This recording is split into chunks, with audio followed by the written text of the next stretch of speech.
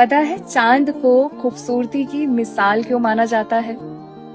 चांद का तो ना खुद का कोई नूर होता है और चांद में इतने धब्बे होते हैं, इतने गड्ढे होते हैं, पर फिर भी किसी की तारीफ करनी हो तो हम कहते हैं कि तुम चांद से खूबसूरत हो, तुम चांद हो, यू आर माई मून।